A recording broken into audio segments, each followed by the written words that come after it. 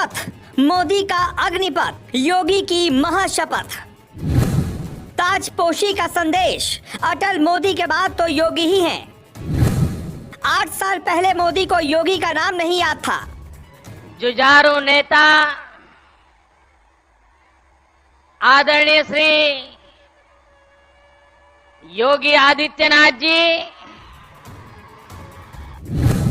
आज मोदी का नाम योगी के बिना अधूरा लगता है।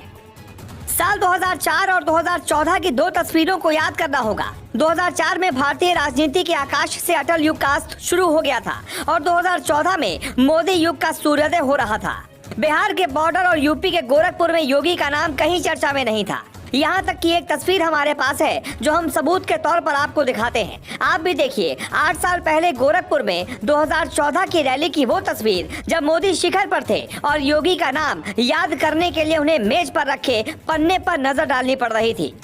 राजनाथ का नाम लेते वक्त वो टेबल पर रखे पेज की तरफ नहीं देखते हैं, लेकिन योगी का नाम लेने से पहले उनको देखना पड़ा। मंच पर विराजमान भारतीय जनता पार्टी के राष्ट्रीय अध्यक्ष आदरणीय श्री राजनाथ सिंह जी,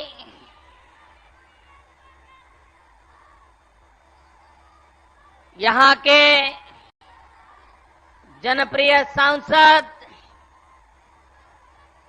जुझारू नेता आदरणीय श्री योगी आदित्यनाथ जी। लेकिन आज योगी ने ये तस्वीर पूरी तरह से बदल दी है। आज योगी ने मोदी के दिलो दिमाग में अपनी जगह पक्की कर ली है और जगह इस कदर पक्की कर ली है कि खुद मोदी भी अगले मोदी के तौर पर योगी को ही सबसे बड़ा दावेदार और उत्तराधिकारी मान बैठे हैं। बीजेपी में उत्तराधिकार की लड़ाई किसी परिवारवादी सोच से मुमकिन नहीं हुई, बल्कि इसके लिए विचारों का संघर्ष हुआ और फिर मोदी हो या योगी खुद अपनी जगह पक्की की है। कैसे, ये हम आपको बताएंगे। लेकिन 21 मार्च को लखनऊ में अटल मोदी योगी का महासंगम हो रहा है। अटल के नाम वाले इकाना स्टेडियम में 50,000 लोगों के बैठने की क्षमता है। करीब 70 एकड़ जमीन पर फैला ये पूरा खेल परिसर पहली बार सियासत के एक बड़े गेम की शुरुआत का गवाह बनने जा रहा है। साल 2018 में इस स्टेडियम का नाम बदलकर भारत रत्न अटल बिहारी वाजपेयी अंतर्राष्ट्रीय इकाना क्रिकेट स्टेडियम कर दिया गया था। यहाँ क्या तैयारियां हैं, एक झलक उसकी भी देख लीजिए। हम इस समय लखनऊ के इस इकाना स्टेडियम के बाहर मौजूद हैं। ये इकाना स्टेडियम गवाह बनेगा, साक्षी बनेगा योगी मंत्रिमंडल 2.0 के शपथ ग्रहण समारोह का। अटल बिहारी वाजपेयी जब पीएम बने तो कई मौकों पर उन्होंने अपनी उदार छवि के लिए बीजेपी की दूसरी पंक्ति के नेताओं को सख्त पैगाम दिया। इन्हीं में से एक नाम मोदी का रहा और दूसरा नाम योगी का।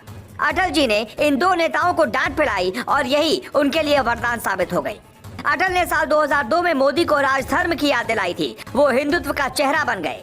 नरेंद्र मोदी को बीजेपी ने 2013 में बीजेपी का चेहरा बनाया।